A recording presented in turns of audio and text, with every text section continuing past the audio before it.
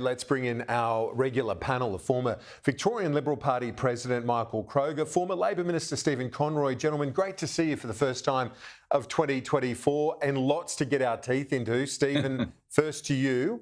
I can't imagine the Prime Minister breaking in such an egregious way a promise on tax cuts. What are you expecting? Do you think this might be a more generous package? They're letting the speculation run only to say, no, don't worry, we're actually going further with more generosity at the lower and middle end. Well, I think these were tax cuts that were legislated, 2 elections ago, pre-COVID. But these were tax cuts that didn't forecast the impact of COVID.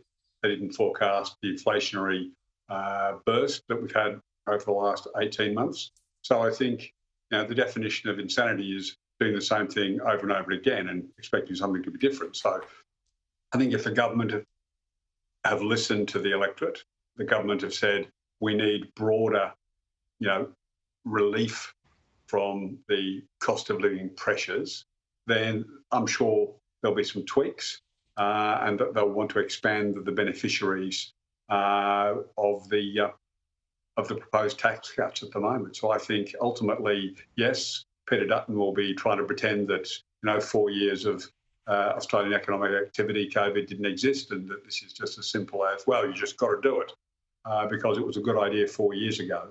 I'm sure that'll be his mantra, but I'm not sure that the broad Australian public are going to agree with him. They want cost of living relief, and they want it now. Michael, what's your assessment? More people get more cash, more people get more tax returned to them. Is that a political winner? Well, if they're increasing the amount going back to taxpayers, yeah, it's a political winner. I mean, Kieran, what he can't do is break the promise, whether it's the top end, low end, middle end. He can't break the promise that he, you'll be the star of the next election, mate, because every one of those interviews you did with him where he promised, oh, we're committed. He can't walk away from that. He's already in trouble on the $275, which he promised for the power price reduction, which hasn't happened. That'll be running at the next election. Goodness knows where the voice, his commitment to the Uluru Statement from the heart in full will be in a year or so's time.